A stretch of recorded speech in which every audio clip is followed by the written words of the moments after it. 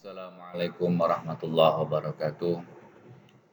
Sampai bertemu kembali anak-anak sekalian yang dirahmati Allah Subhanahu wa taala. Tetap semangat belajar dan sehat selalu. Amin. Kita lanjutkan pertemuan kita pada pertemuan ketiga. Kita akan membahas tentang bagian D, kondisi perkembangan peradaban Islam pada masa Bani Abbasiyah. Sebagaimana materi-materi yang sebelumnya sudah pernah kita sama-sama bahas, kita simak bahwa masa kekhalifahan Bani Abbasiyah, di mana transisi umat Islam dari khalifah-khalifah sebelumnya. Nah, kita lihat bagaimana penyebaran agama Islam yang sangat luas sampai ke luar Jazirah Arab, memicu berbagai macam interaksi langsung antara bangsa Arab dan non-Arab, sehingga menimbulkan atau memunculkan berbagai kelompok sosial dalam masyarakat Islam, yaitu ada kaum muslimin Arab, kemudian kaum muslimin non-Arab, dan kaum non-muslim atau zimmi, kafir. Nah, ini akibat dari pergaulan, ya, akibat dari luasnya, sehingga muncullah kelompok-kelompok di dalam Islam itu sendiri. Kita lihat lagi perkembangan kebudayaan peradaban Islam pada masa Bani Abbasiyah, antara lain dari sisi sosial. Berdirinya Daulah Bani Abbasiyah tidak terlepas dari bantuan masyarakat muslim lainnya. Nah, Daulah Bani Abbasiyah didukung oleh penduduk Makkah, Madinah, Irak, dan kaum Syiah.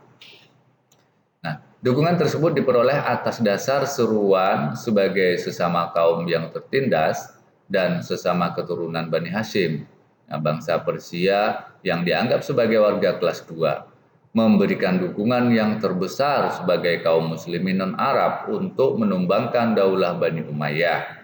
Lalu hak-hak mereka disamakan oleh Daulah Bani Abbasiyah. Nah, jadi adanya kelompok-kelompok sosial inilah sehingga akhirnya kaum umat Islam itu tidak mau dikelompok-kelompokkan, ya, ada kelas 2, ada kelas 1, dan lain sebagainya. Umat Islam itu sama.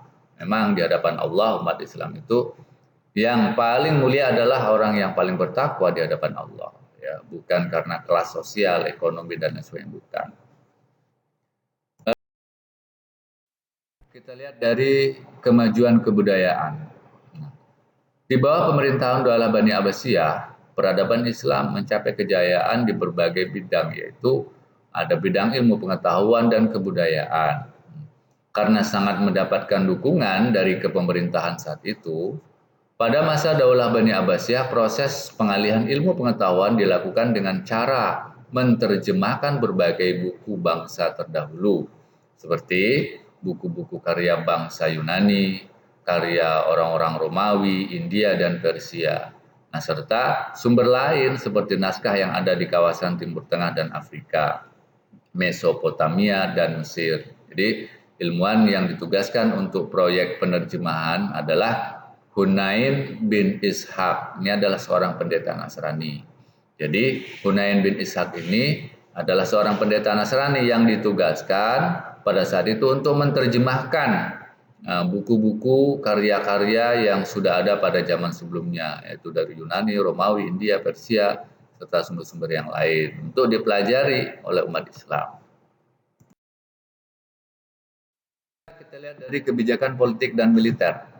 Nah, tegaknya sistem pemerintahan Daulah Bani Abbasiyah diwujudkan dengan dukungan bala tentara dan sistem kemiliteran yang solid dan kuat. Usaha tersebut dilakukan terus-menerus sejak Khalifah pertama Abbasiyah sampai Khalifah terakhir Abbasiyah.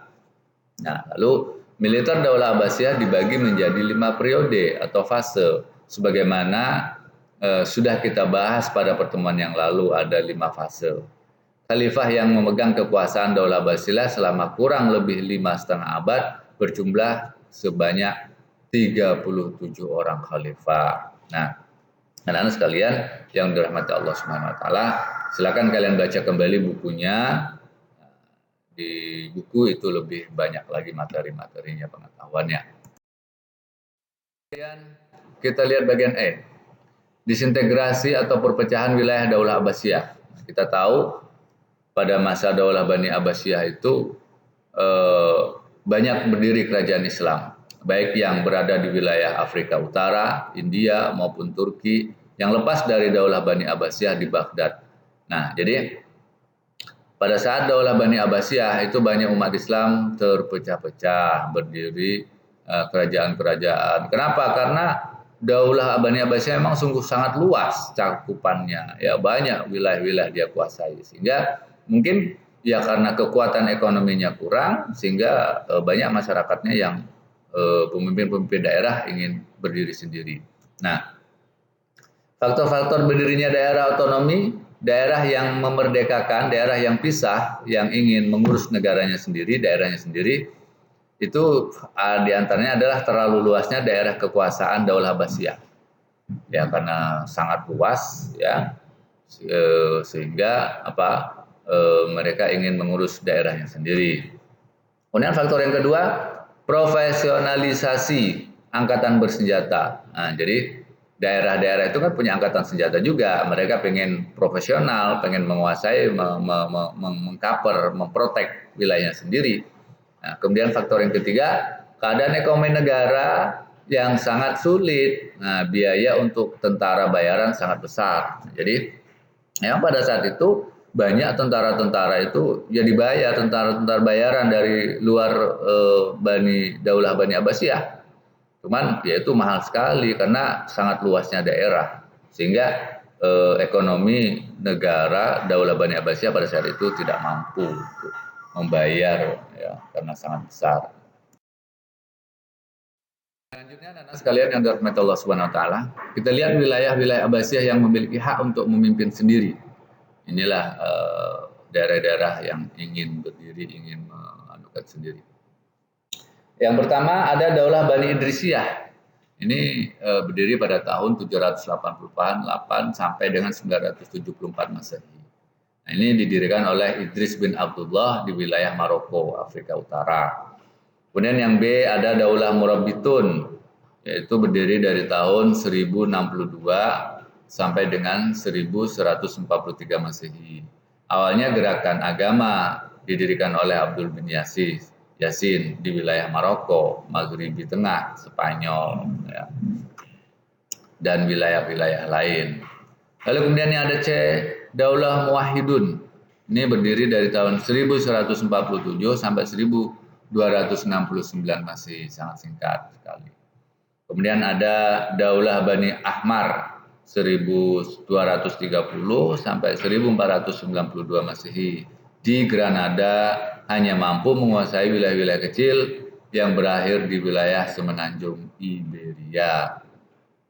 Nah, kemudian ada daerah lain, ya, wilayah lain yang ingin mengurus daerahnya sendiri, seperti yang terakhir Bani Aghlabiyah. Nah, di Tunisia didirikan oleh Ibrahim bin Aghlab. Jadi ada 5 daerah yang ingin, ya, memiliki hak untuk memimpin wilayah sendiri. Kemudian wilayah-wilayah Abbasiyah yang memiliki hak untuk memimpin sendiri. Nah, di wilayah Mesir ada, ini di wilayah Mesir, ya, tadi di wilayah Afrika Utara. Di wilayah Mesir ada Daulah Tuluniyah. Itu berdiri dari tahun 868 sampai 905 Masehi. Nah, ini didirikan oleh Ahmad bin Tulun, berkuasa selama 37 tahun dengan 5 kepala negara, yaitu Ahmad bin Tulun, ya, kemudian Khumaraweh bin Ahmad bin Tulun, kemudian Jais bin Khumaraweh, kemudian Harun bin Khumaraweh, dan ada juga Syaiban bin Ahmad bin Tulun. Nah, dengan masa yang cukup pendek ini, mereka tidak bisa mengembangkan kekuasaannya secara maksimal. Allah Subhanahu wa taala. Sekian dulu pertemuan kita pada kali ini. Silakan dibaca kembali bukunya dan dipahami. Nanti kalau ada hal-hal yang kalian tidak paham, tidak mengerti, silakan di Japri ditanyakan. Sampai jumpa pada pertemuan selanjutnya. Salam sehat selalu dan tetap semangat belajar. Wassalamualaikum warahmatullahi wabarakatuh.